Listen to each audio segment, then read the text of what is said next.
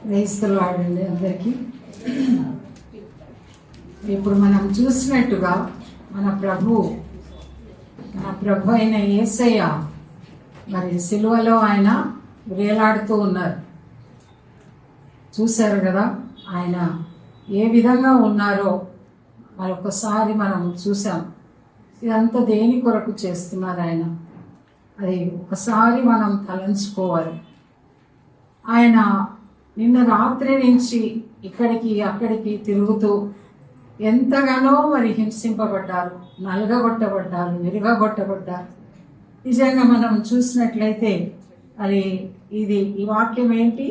మొదటి మాట, తండ్రి వీరేం చేస్తున్నారు వీరెరుగురు కనుక వీరిని క్షమించుము.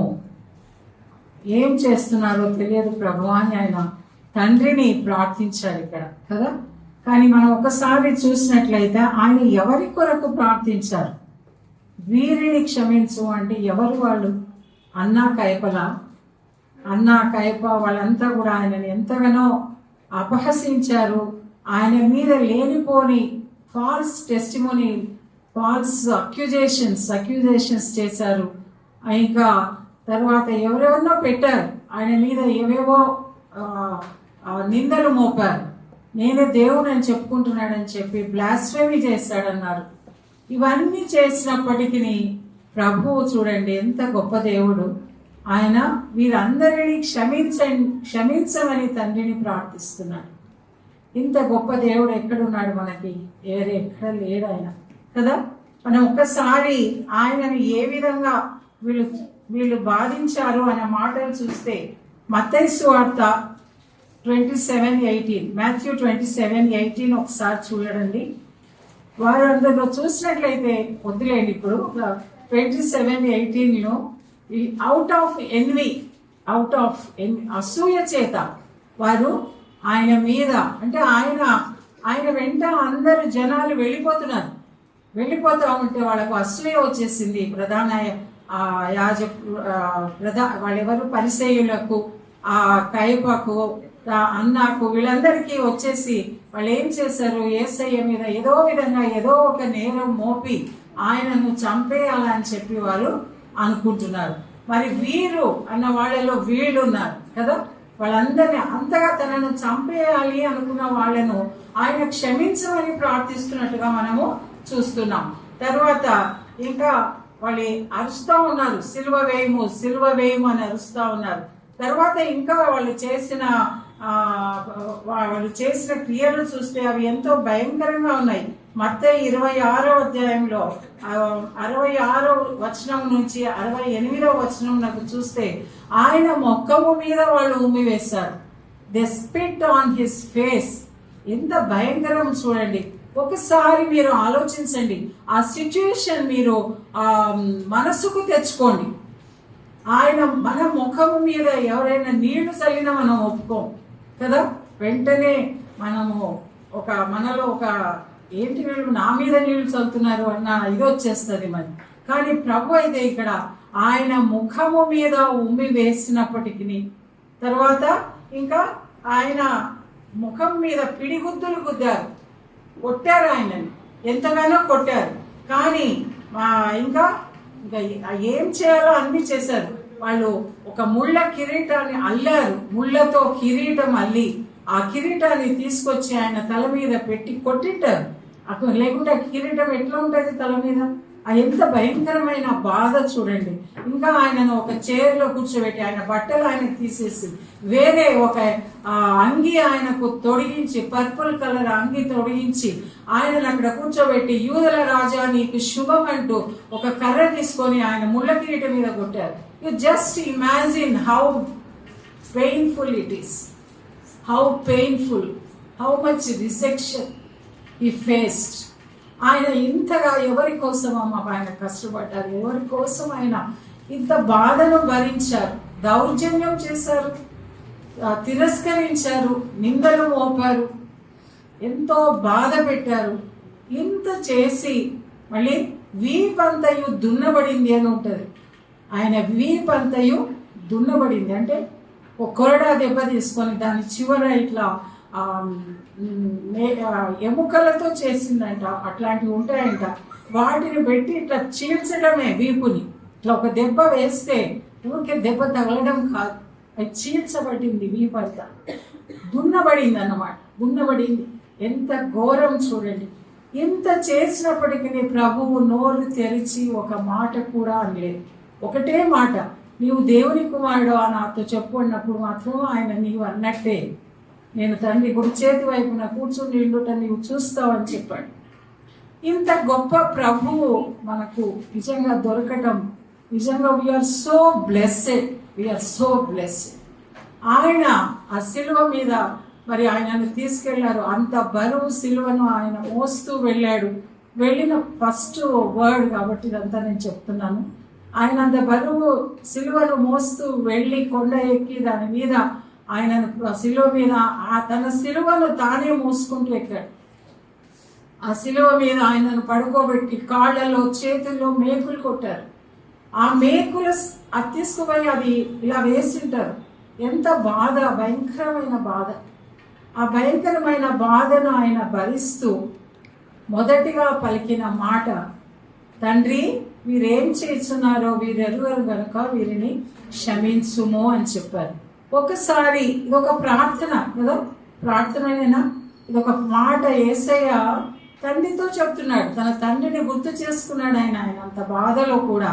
అంటే ఎంత ప్రేమ గల దేవుడు. It shows his unconditional love. ఆయన మనల్ని ఎంతగా ప్రేమిస్తున్నాడో ఈ మాటలో మనకు తెలిసిపోతా ఉంది. ఆయన మొదటి మాటనే చూడండి, దేవా నన్ను రక్షించు అని అనలేదు ఆయన. కానీ ఇక్కడ ఏమంటున్నాడు, వీరేమి చేయుచున్నారో వీరెరుగరు కనుక వీరిని క్షమించుము అని పలికాడు మొదటి మాట. అందులో రెండు విషయాలు మనం చూస్తున్నాం. ఒకటేమో ఫర్గివ్నెస్ కదా, క్షమాపణ అనేది చూస్తున్నాం. రెండవదేమో ఆయన ప్రార్థన గురించి మనం ఇక్కడ చూస్తున్నాం. ఇంటర్సెషన్, విజ్ఞాపన, ఆయన అందరి కొరకు చేస్తున్న విజ్ఞాపన. అది కూడా వీరేమి చేయుచున్నారో వీరెరుగరు, వీరేమి చేయుచున్నారో వీరెరుగరు. అంటే ఇప్పుడు ఆయన హీ అండర్స్టూడ్, వాళ్ళకి తెలియదు వాళ్ళు ఏం చేస్తున్నారో, వాళ్ళకి తెలియదు. వాళ్ళు ఏదో రాజు వస్తాడు వాళ్ళకి ఏదో విడిపిస్తాడని కొందరు అనుకున్నారు. కొందరేమో ఈయన జనాలంతా తన వైపు తీసుకొని వెళ్ళిపోతున్నారు అనుకున్నారు, ఏదో అనుకున్నారు. కానీ మెస్సియా అని చెప్పి అక్కడ ఎవరు ఆయనని గుర్తుపట్టలేదు. అందుకనే ఆయన మీద అంత తిరుగుబాటు. కానీ ఇదంతా ప్రభువుకు తెలుసు, ముందే తెలుసు ఆయన ఈ విధంగా జరుగుతుంది అని. కాబట్టి అన్నీ తెలిసి కూడా ఆయన ఈ లోకానికి వచ్చాడు, ఒక సామాన్యులాగా జీవించాడు. ఆయన ఏ పర్పస్ తో వచ్చినాడో ఆ పర్పస్ చేసి ముగించినాడు ఆయన. ఆ విధంగా శిలువ వేయబడ్డ తరువాత ఆయన పలికిన ఈ మొదటి మాటలో మనము ప్రార్థన చూస్తున్నాము, క్షమాపణ గురించి చూస్తున్నాము. మనము దీన్ని బట్టి ఇంకొక మాట కూడా, మీరు ఆయన లోకంలో ఉన్నప్పుడు ఆయన ఏమి బోధిస్తూ వచ్చినాడు. ఆయన పరలోక ప్రార్థన మనకందరికీ తెలుసు. మనము ఇతరులను క్షమిస్తేనే మనము క్షమింపబడదాం కదా. ఇతరులను మేము క్షమించిన లాగున మా అపరాధములను క్షమించుము అని ఉంటుంది. తర్వాత మీరు మీ శత్రువులను ప్రేమించాలి అని చెప్తాడు ఆయన, క్షమించాలి అని చెప్తున్నాడు.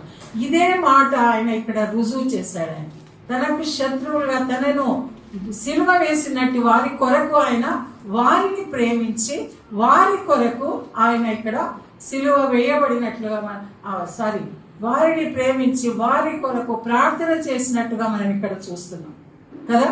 ఆయన క్షమాపణ ఎంత గొప్పదో చూడండి ఒకసారి. ఆయన ఫర్గివ్నెస్ నేచర్ ఎంత గొప్పది ఆయనది. అటువంటి గుణము ఆయన ఒక రకంగా చెప్పాలంటే ఆయన ప్రీచ్ చేసిన దాన్ని ఆయన ఫాలో అయ్యారు కదా. ఒక మోడల్గా మనకు మోడల్గా ఆయన ఉండినారు. ఆయన ఏమి బోధించాడో అది ప్రాక్టీస్ చేసి చూపించాడు ఆయన కదా. నీ శత్రువులను ప్రేమించమని చెప్పిన ఆయన శత్రువులను ప్రేమిస్తూ వారి కొరకు ప్రార్థించినట్లుగా మనం ఇక్కడ చూస్తున్నాం కదా. వీరు ఏమి చేస్తున్నారో వీరు ఎరుగరు కనుక వీరిని క్షమించుము తండ్రి అని ప్రార్థించు. సో అదేం చెప్తుంది, ఆయన ప్రీచ్ చేసిన దాన్ని ప్రాక్టీస్ చేస్తున్నట్లుగా మనకు కనిపిస్తుంది. అక్కడ ప్రార్థన కనిపిస్తున్నది, విజ్ఞాపన. మనము కూడా మన శత్రువులైన వారి కోసం ప్రార్థన చేయాలని చెప్పి మనకు ప్రభు ఈ రోజు మనకు కూడా తెలియజేస్తున్నారు ఈ వాక్యం ద్వారా. మన శత్రువుల కొరకు ఒక ఆయన అంటాడు, ఏమా నువ్వు మీ అత్తను క్షమించావా, ఏమమ్మా అత్త మీ కోడల్ని క్షమించావా. మనం మన కుటుంబంలో ఉన్న వాళ్ళని క్షమించలేకపోతే ఇక వేరే శత్రువులని ఏ విధంగా మనం క్షమించగలము కదా. మీరు ఇప్పుడే గుర్తు చేసుకోండి, మీకు ఎవరి మీదనైనా బిట్టర్నెస్ లేకపోతే బాధ, వాళ్ళు నన్ను ఇట్లా అన్నారు అనే బాధ ఉంటుంది హృదయంలో. ఇంకా ఏదో ఉంటాయి, ఇట్లాంటివి చాలా ఉంటాయి కదా. అవన్నీ కూడా ప్రభు దగ్గర ఒప్పుకొని వాళ్ళందరినీ క్షమించమని, వారిని క్షమించమని ఇంత బిటర్నెస్ మనం పెట్టుకున్నప్పుడు దేవుడు మనల్ని కూడా క్షమించడు, మన ప్రార్థన కూడా వినడు.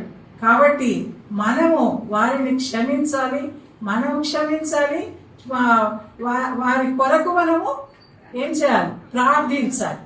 అది ప్రభు ఈరోజు మనకు తెలియజేస్తున్నారు. మొదటి మాట ద్వారా నీవు నీ శత్రువులను ప్రేమించు, తర్వాత వారి కొరకు ప్రార్థించు, క్షమించాలి. యేసయ్య ఎందుకు వచ్చాడు ఈ లోకానికి? మన పాపములను క్షమించి మన కొరకు తన రక్తాన్ని కార్చాడు. మన పాపములను తన రక్తంతో తుడిచివేసి మనల్ని కడిగి మనల్ని విమోచన ఇచ్చి మన పాపముల నుంచి, మన బానిసత్వం నుంచి మనల్ని విడిపించాడు. ఆ విమోచించి మనకు ఆయన రక్షణనిచ్చి, రక్షణ అనే వరం ఇచ్చి ఆయన బిడ్డలుగా చేసుకొని నీ కోసం నేనుండే దగ్గర నీకు స్థలం సిద్ధపరచడానికి వచ్చినానని చెప్పి ఆయన చెప్పి వెళ్ళాడు. ఆయన చెప్పినట్టుగా చేస్తున్నారు. కాబట్టి మనం అందరం కూడా ఆయన క్షమాపణను మనము గుర్తు చేసుకోండి. ఆయన ఏదో శిలువ మీద ప్రభా నా శత్రువులను నువ్వు శిక్షించు అని ప్రార్థించలేదు, నా శత్రువులను క్షమించు అని ప్రార్థించాడు ఆయన. కాబట్టి మనం ఏం చేస్తున్నాం? ఆయనను మనం ఒక రోల్ మోడల్ లాగా తీసుకుంటున్నామా? మనం క్రైస్తవులుగా ఎప్పటి నుంచో జీవిస్తూ ఉండవచ్చు, కానీ మన జీవితాలు ఎలా ఉన్నాయి? ఆయన చేసినట్టుగా మనం క్షమించగలుగుతున్నామా? ఎవరో ఆఫీస్లో మనల్ని ఏదో అన్నారని వారి మీద బిటర్నెస్ పెట్టుకొని ఉన్నామా? లేక ఇంట్లో ఎవరి మీదనైనా, లేక ఇంకెక్కడ బయట అయినా మనం ఏ విధంగా ఉంటున్నాం?